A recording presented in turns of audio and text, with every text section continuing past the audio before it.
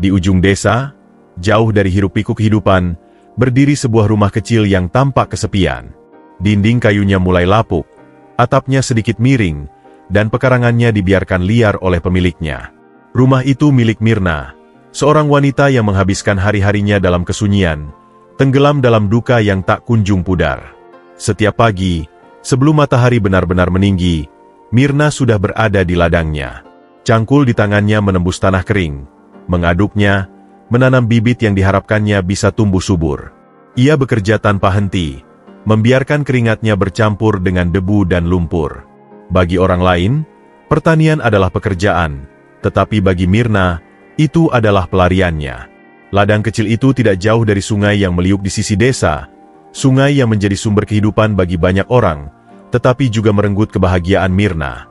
Vira, nama itu terukir di hatinya, menggema dalam pikirannya setiap kali ia mendengar gemericik air.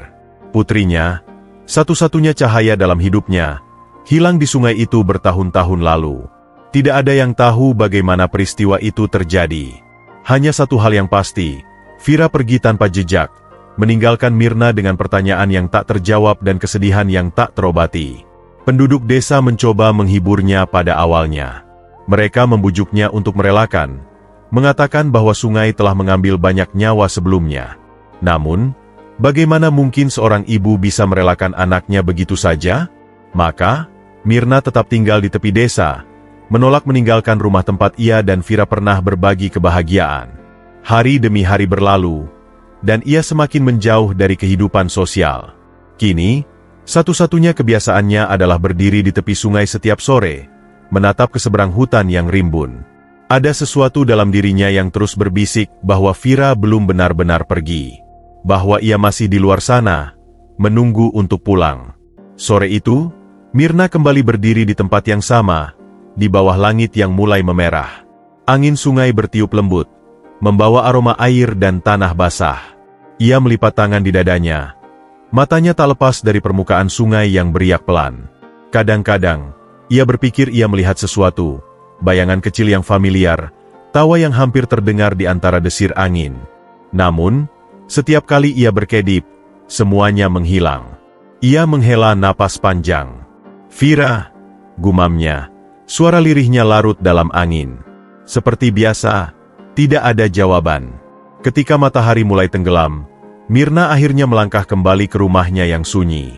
Ia menyalakan lampu minyak dan duduk di dekat jendela, membiarkan tatapannya melayang keluar.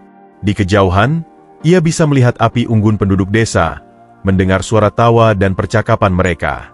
Kehangatan itu terasa begitu jauh, seolah berasal dari dunia lain yang tak lagi ia kenal. Dulu, ia adalah bagian dari mereka. Dulu, ia dan Vira sering pergi ke pasar bersama, berbicara dengan tetangga, tertawa di bawah sinar matahari. Tetapi setelah Vira hilang, semuanya berubah. Orang-orang mulai melihatnya dengan kasihan, kemudian dengan keengganan, seolah kesedihannya adalah kutukan yang bisa menular. Kini, mereka jarang menyapanya. Bahkan ketika ia pergi ke pasar sesekali, mereka hanya memberi anggukan singkat sebelum kembali ke percakapan mereka, seolah Mirna hanyalah bayangan yang lewat. Dan mungkin memang begitu adanya. Ia menghela napas lagi dan memutuskan untuk tidur lebih awal. Namun, sebelum benar-benar terlelap, pikirannya kembali ke sungai. Dan entah mengapa, malam itu, ia merasa ada sesuatu yang mengawasinya dari luar rumah. Sesuatu yang besar, diam, dan penuh rahasia. Keesokan harinya, pagi datang dengan embun yang masih menggantung di daun-daun. Mirna sudah berada di ladangnya, mencangkul tanah dengan irama yang teratur. Suara burung-burung berkicau dari kejauhan, tetapi Mirna hampir tidak memperhatikannya. Tangannya terus bekerja, pikirannya tenggelam dalam kesibukan yang ia paksa pada dirinya sendiri. Namun, suasana damai itu terganggu oleh suara langkah-langkah berat di jalan tanah dekat ladangnya. Mirna mengangkat kepalanya dan melihat sekelompok pria desa berjalan mendekat, membawa tombak dan obor, meskipun matahari sudah mulai naik. "Kami mencari buaya putih," kata seorang pria berperawakan besar. Namanya Darsa, seorang pemburu yang dikenal karena keberaniannya. Ada yang melihatnya dekat sini tadi malam. Mirna hanya menatap mereka dengan datar, lalu kembali pada pekerjaannya. Ada yang melihat makhluk itu di sungai, lanjut Darsa, tak peduli dengan sikap dingin Myrna. Konon buaya putih itu bukan buaya biasa. Ada yang bilang itu jelmaan arwah, ada juga yang percaya itu pertanda buruk. Pertanda buruk. Myrna akhirnya membuka suara. Suaranya terdengar datar dan skeptis. Ya, timpal pria lain. Dulu kakekku pernah bilang, jika kau melihat buaya putih di sungai, itu artinya ada jiwa yang belum tenang. Kau harus segera mengusirnya, atau sesuatu yang buruk akan terjadi. Myrna menghela napas dan menegakkan tubuhnya. Aku tidak melihat apa-apa, katanya singkat. Kalau memang ada buaya, biarkan saja. Sungai ini rumah mereka. Para pria itu saling berpandangan. Darsa mendecakkan lidah, tanpa tidak puas dengan jawaban Myrna, tetapi akhirnya mereka pergi, melanjutkan pencarian mereka di tempat lain. Myrna kembali mencangkul tanah, tetapi hatinya terasa tidak tenang. Matahari semakin tinggi, tetapi perasaan aneh itu tidak hilang. Myrna merasa ada sesuatu yang mengawasinya. Ia menoleh ke kanan, ke arah sungai. Semak-semak di tepi air bergoyang pelan. Tidak ada angin. Matanya menyipit. Ia meletakkan cangkulnya dan berjalan mendekat perlahan. Ketika ia cukup dekat, sesuatu di balik semak itu bergerak. Sejenak, Myrna berpikir itu hanya ilusi atau mungkin hewan kecil yang melintas. Tetapi saat ia lebih memperhatikan, ia melihatnya dengan jelas. Sepasang mata hitam berkilat menatapnya dari dalam rimbunan daun. Myrna menahan napas. Itu bukan mata manusia. Kilatan cahaya bulan semalam kembali melintas dalam pikirannya. Apakah ini buaya putih yang dicari orang-orang tadi? Myrna harusnya merasa takut. Buaya adalah predator. Namun, alih-alih mundur, ia justru berjongkok perlahan, mencoba melihat lebih jelas. Di balik dedaunan, seekor buaya kecil berwarna putih meringkuk diam, tubuhnya sebagian tertutup lumpur. Matanya menatap Myrna dengan penuh kehati-hatian, seolah menimbang apakah wanita itu ancaman atau bukan. Myrna menelan ludah. Makhluk itu tidak besar, bahkan bisa dibilang kecil untuk ukuran buaya. Kulitnya tidak benar-benar putih bersih, melainkan lebih ke warna pucat dengan corak samar di punggungnya. Dan yang paling aneh, Myrna merasa tatapan makhluk itu familiar. Ia mengedarkan pandangan, memastikan tidak ada penduduk desa yang melihatnya. Jika orang-orang menemukannya, mereka pasti akan memburu buaya kecil ini. Myrna perlahan melepas bungkusan kecil dari pinggangnya. Di dalamnya, ada sedikit ikan kering yang ia bawa sebagai bekal. Dengan gerakan hati-hati, ia meletakkan sepotong ikan di tanah, hanya beberapa langkah dari semak-semak. "Kau lapar?" bisiknya. Buaya putih itu tidak langsung bergerak. Ia tampak ragu, tetapi matanya tidak lepas dari ikan tersebut. Myrna menunggu. Beberapa saat kemudian, makhluk itu akhirnya merayap keluar sedikit, tetap menjaga jarak tetapi cukup dekat untuk menjangkau ikan. Dengan hati-hati, ia menggigitnya, mengunyah perlahan. Myrna tersenyum kecil. Entah kenapa, ia merasa bahwa untuk pertama kalinya dalam bertahun-tahun, hatinya tidak sepi. Hari-hari berikutnya, Myrna mulai melihat buaya putih itu lebih sering. Setiap pagi atau sore, ia akan menemukannya di dekat sungai, seolah-olah makhluk itu sedang menunggunya. Myrna menamainya Moi. Nama itu datang begitu saja di kepalanya, tanpa alasan yang jelas. Namun, saat ia mengucapkannya, ia merasa nama itu cocok. Moi tidak seperti buaya biasa. Ia tidak pernah menyerang atau menunjukkan tanda-tanda agresif. Sebaliknya, ia hanya diam dan mendengarkan ketika Myrna berbicara, seolah mengerti setiap kata yang diucapkan wanita itu. Dan anehnya, setiap kali Myrna menyebut nama Vira, Moi akan menatapnya dengan sorot mata yang penuh makna. Seolah-olah ia memahami kesedihan Myrna. Seolah-olah ia mengenal Vira. Namun, Myrna mengabaikan pikirannya sendiri. Ia menganggapnya sebagai kebetulan belaka. Yang tidak ia sadari, rahasia besar sedang menunggunya. Rahasia yang akan mengubah hidupnya selamanya. Hari-hari berlalu, dan kehadiran Moi menjadi bagian dari kehidupan Myrna. Setiap pagi, sebelum pergi ke ladang, ia berjalan ke tepi sungai, mencari sosok kecil berwarna pucat itu di antara rimbunan semak. Moi selalu ada di sana, diam dan tenang, seolah sudah menunggu kedatangannya. Pada awalnya, Myrna hanya mengamati Moi dari kejauhan. Namun, semakin sering mereka bertemu, semakin besar rasa percaya yang tumbuh di antara mereka. Moi mulai mendekat tanpa ragu, dan Myrna juga tidak lagi merasa cemas berada begitu dekat dengan seekor buaya. Suatu pagi, Myrna membawa sekeranjang kecil ikan segar yang ia beli dari pasar. Dengan hati-hati, ia meletakkan beberapa ekor di tepi sungai, lalu mundur beberapa langkah. Moi menatapnya sejenak sebelum merangkak mendekat dan mulai makan. Myrna tersenyum kecil. "Kau pasti lapar." Moi tidak menjawab. Tentu saja tidak. Namun, entah kenapa, Myrna merasa Moi mengerti apa yang ia katakan. Saat Moi selesai makan, Myrna duduk di dekatnya, merasakan angin sungai yang sejuk.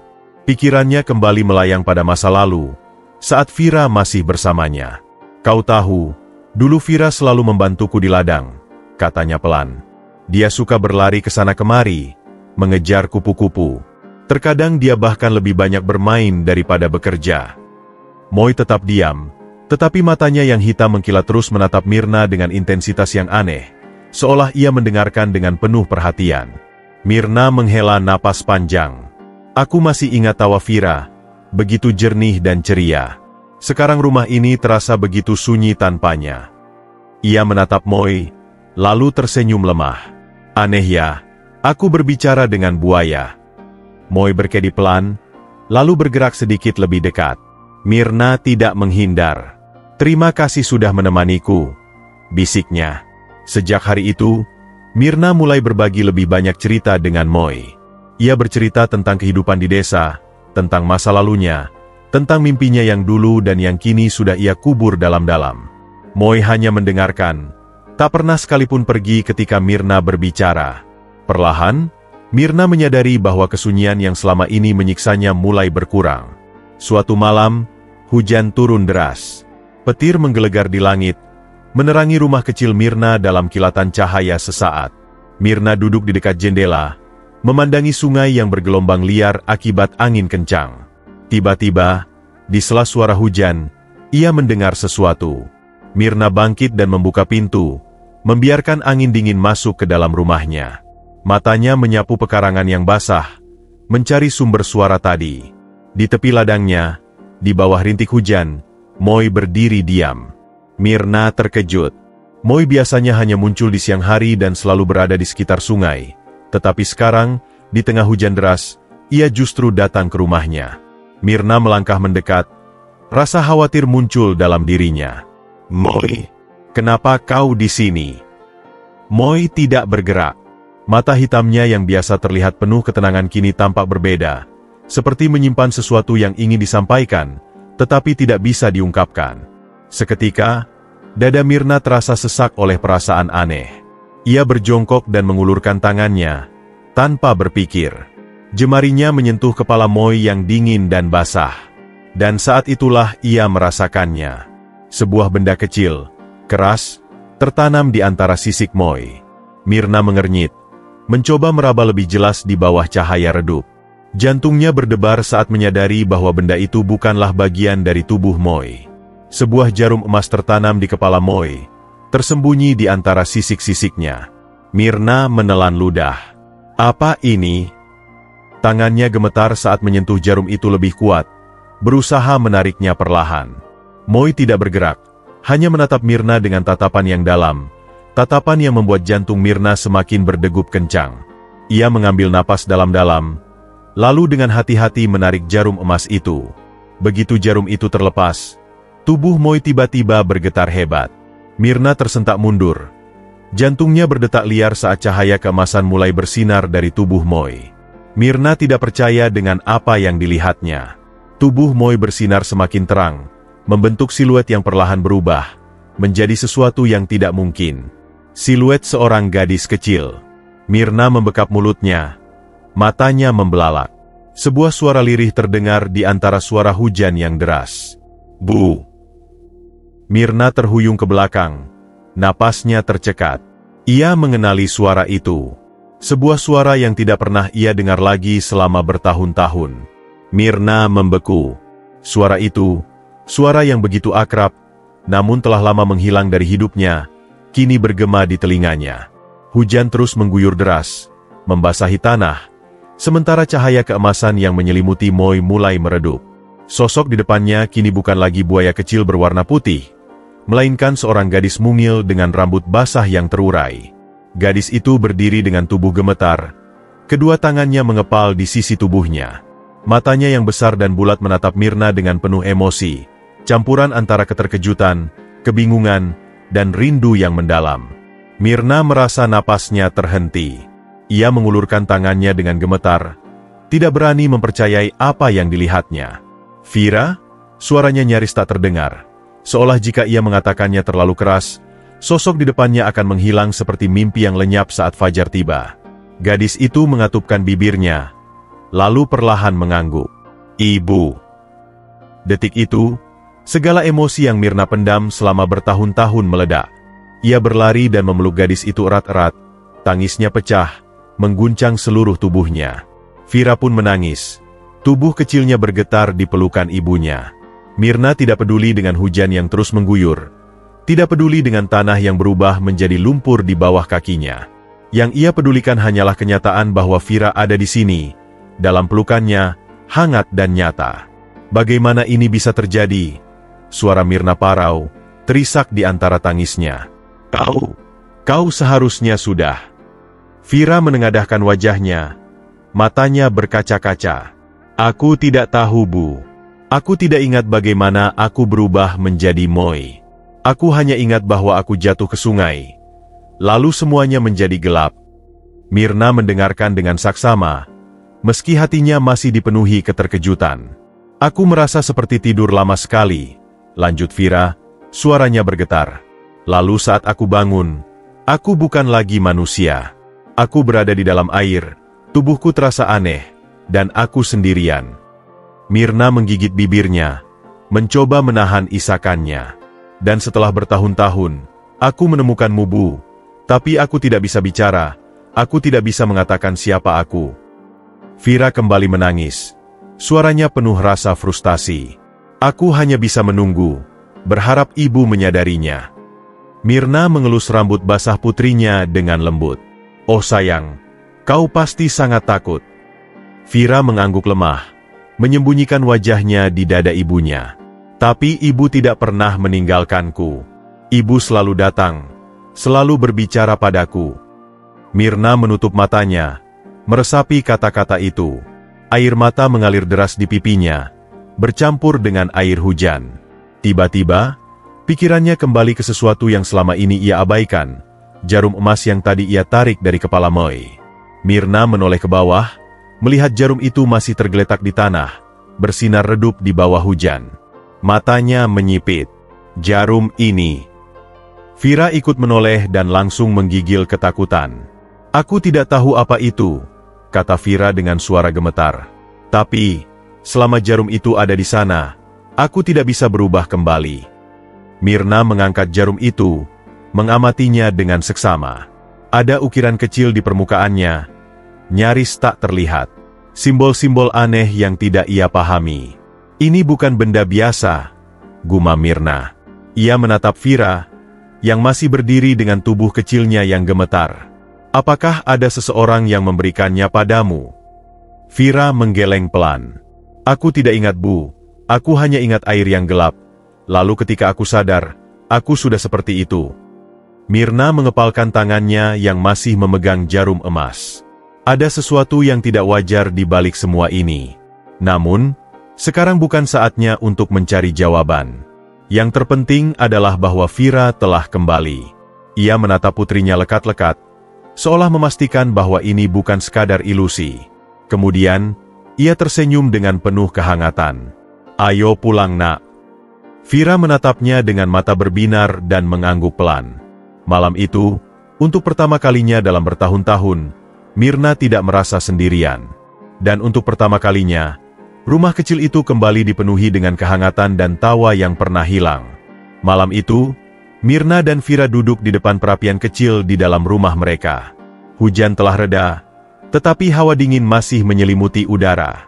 Myrna menyelimuti Vira dengan kain hangat, memastikan putrinya nyaman setelah bertahun-tahun hidup di sungai sebagai makhluk yang bukan dirinya. Vira duduk bersila di lantai, menggenggam secangkir teh hangat yang dibuat ibunya. Jemarinya yang kecil masih sedikit gemetar, seolah tubuhnya masih beradaptasi dengan bentuk lamanya. Mirna terus memperhatikan Vira, seakan takut jika ia berkedip, putrinya akan menghilang lagi. "Bagaimana rasanya?" tanya Mirna akhirnya.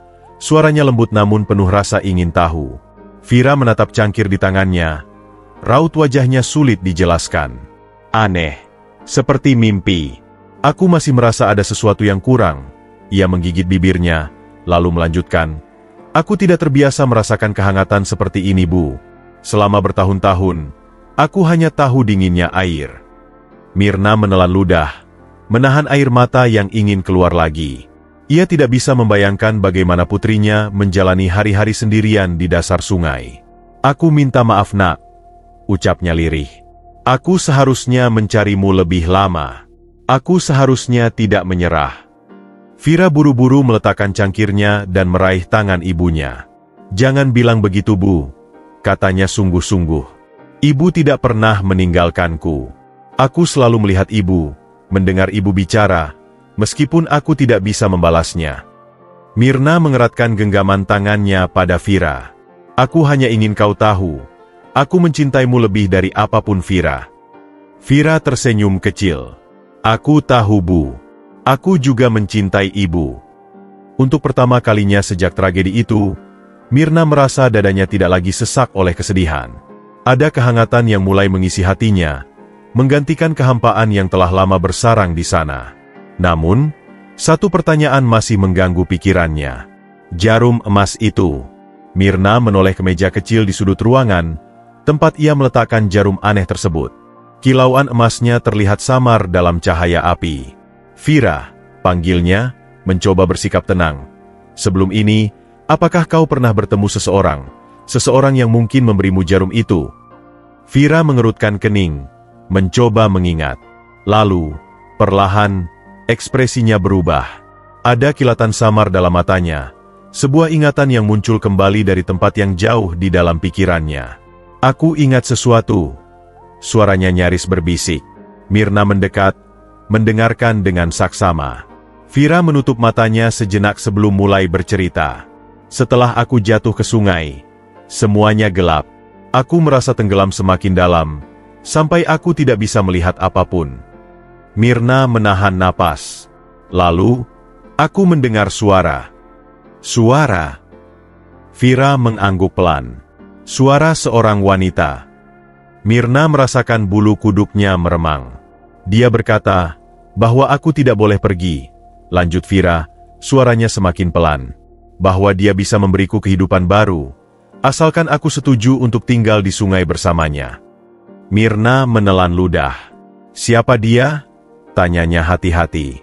Vira menggeleng.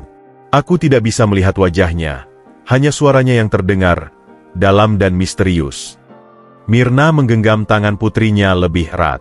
"Lalu apa yang terjadi setelah itu?" "Aku merasa seperti ditarik," kata Vira dengan ekspresi bingung.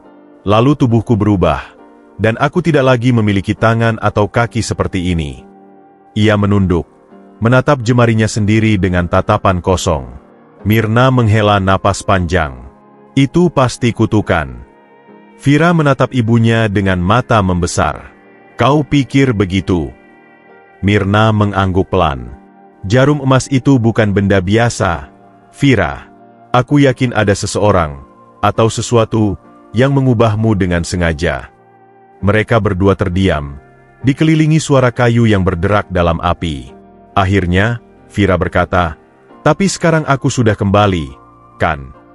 Mirna tersenyum dan mengusap kepala putrinya. "Ya, kau sudah kembali." Namun, jauh di dalam pikirannya, ia tahu bahwa misteri ini belum sepenuhnya terpecahkan. Siapa wanita yang berbicara pada Vira di sungai? Dan apakah ia benar-benar sudah melepaskan Vira begitu saja? Malam itu, Mirna tidak bisa tidur nyenyak. Karena untuk pertama kalinya dalam bertahun-tahun, ia merasa bukan hanya dirinya dan Vira yang tinggal di rumah itu. Ada sesuatu, atau seseorang, yang mungkin masih mengawasi. Pagi datang dengan sinar matahari yang lembut, menghangatkan tanah yang masih basah oleh hujan semalam. Mirna bangun lebih awal seperti biasa, tetapi kali ini, ada sesuatu yang berbeda. Rumahnya tidak lagi sunyi. Di atas kasur kecil di sudut ruangan, Vira masih tertidur lelap. Dadanya naik turun dengan tenang. Mirna duduk di tepi kasur, mengamati wajah putrinya yang damai dalam tidur. Ia masih sulit mempercayai bahwa Vira benar-benar ada di sini. Betapa sering ia bermimpi tentang momen ini, hanya untuk terbangun dengan hati yang kosong. Namun kini, keajaiban yang selama ini ia harapkan benar-benar terjadi. Namun, di balik kebahagiaan ini, ada kegelisahan yang masih mengganjal di hatinya. Kutukan itu, jarum emas, wanita di dalam sungai. Siapapun yang telah mengutuk Vira, apakah mereka benar-benar sudah melepaskannya? Atau ini hanyalah permulaan dari sesuatu yang lebih besar? Mirna menghela napas panjang, lalu berdiri. Ia tidak ingin membiarkan ketakutannya merusak kebahagiaan yang baru saja kembali ke dalam hidupnya. Hari ini, ia dan Vira akan memulai hidup baru.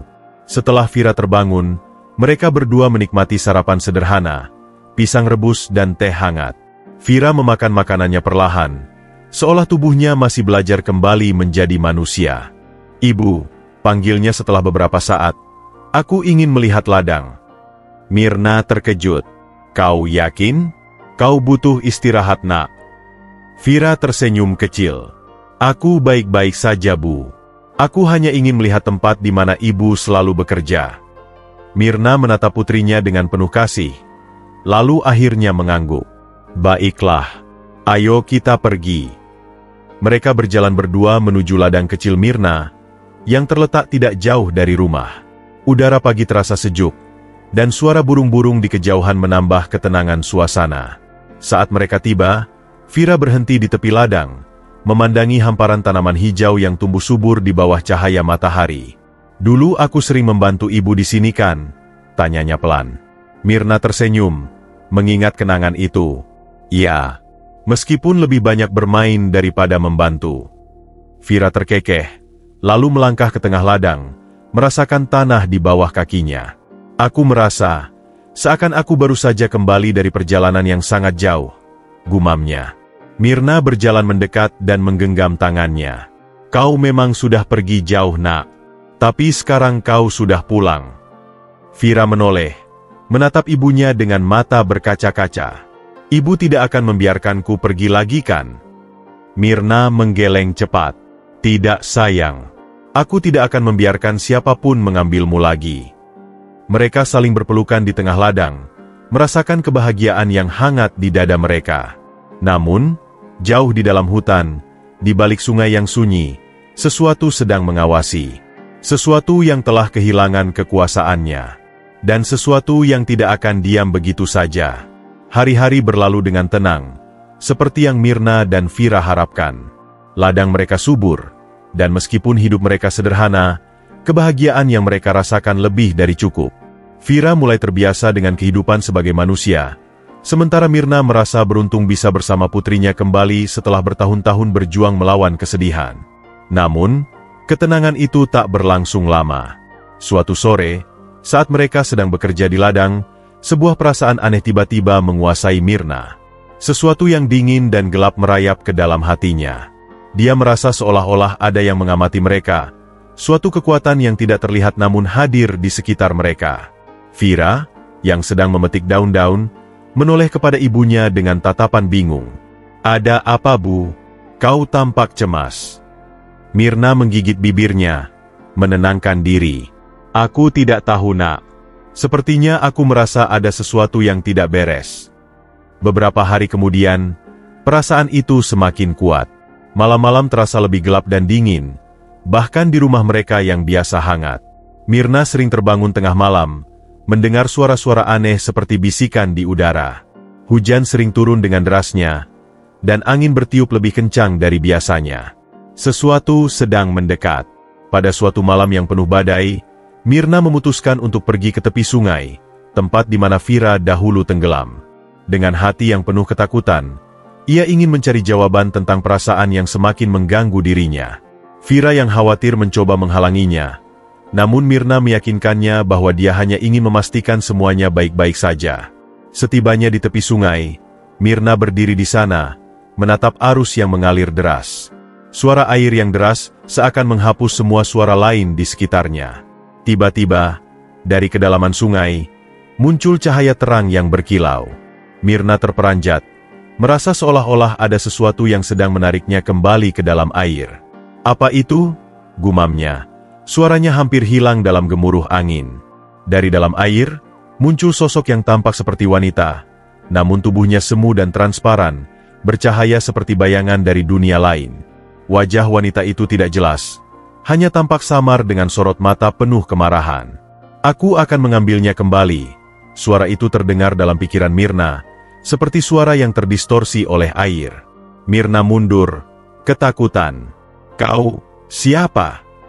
Wanita itu hanya tersenyum dingin, matanya penuh kebencian. "Aku adalah penjaga sungai ini. Kalian telah mencuri yang seharusnya menjadi milikku." Mirna menelan ludah. "Vira adalah putriku. Dia bukan milikmu," teriaknya dengan penuh keberanian. Namun, wanita itu hanya tertawa. Suara tawanya bergema di sepanjang tepi sungai. "Dia adalah bagian dari sungai ini. Keberadaannya adalah kutukan yang tidak bisa dihapus. Kalian tidak akan pernah bisa menjauhkan dirinya dariku." Mirna menggenggam erat jarum emas yang masih ia simpan. "Aku tidak takut padamu. Aku sudah kehilangan putriku sekali. Aku tidak akan membiarkannya pergi lagi." Wanita itu melangkah maju, semakin mendekat ke Mirna, dan angin semakin kencang. Mirna merasakan tubuhnya terhuyung, tetapi ia tetap berdiri tegak, menatap wanita itu dengan tatapan penuh tekad. "Aku akan melawanmu," ucapnya dengan suara keras, meyakinkan dirinya sendiri. Dengan keputusasaannya, Mirna mengangkat jarum emas itu tinggi-tinggi. Begitu jarum itu bersentuhan dengan cahaya yang memancar dari wanita itu, sebuah ledakan cahaya yang sangat terang terjadi, mengguncang tanah di sekitar mereka. Seakan dunia terbelah sejenak. Wanita itu berteriak kesakitan, tubuhnya mulai bergetar. "Kalian tidak bisa mengalahkan takdir." Suara itu bergema, tetapi semakin lama semakin memudar. Akhirnya, wanita itu menghilang dalam kepulan kabut, dan angin yang kencang mulai mereda. Air sungai kembali tenang, dan suasana malam menjadi hening. Mirna terjatuh ke tanah, napasnya terengah-engah. Tapi ia tidak merasa takut lagi. Ia tahu bahwa ia telah mengakhiri sesuatu yang sangat gelap dalam hidupnya. Setelah beberapa saat, Vira muncul di belakangnya, berlari menuju ibunya. "Ibu, apa yang terjadi?" tanyanya dengan wajah khawatir. Tetapi begitu melihat ibunya yang selamat, ekspresi cemasnya perlahan berubah menjadi rasa lega. Mirna berdiri dengan gemetar, lalu menatap Vira. "Kita sudah aman, Nak. Aku sudah mengalahkan kekuatan itu. Sekarang, kita bisa hidup tenang." Vira mengangguk, dan mereka berpelukan erat, di bawah langit yang mulai cerah kembali. Perasaan berat yang mengganggu Mirna selama ini akhirnya terangkat. Malam itu, sungai yang dahulu menjadi tempat kehilangan kini menjadi simbol kebebasan dan harapan baru. Mirna dan Vira tahu bahwa mereka telah melalui banyak hal, namun yang terpenting sekarang adalah mereka bisa memulai hidup baru, jauh dari bayang-bayang masa lalu.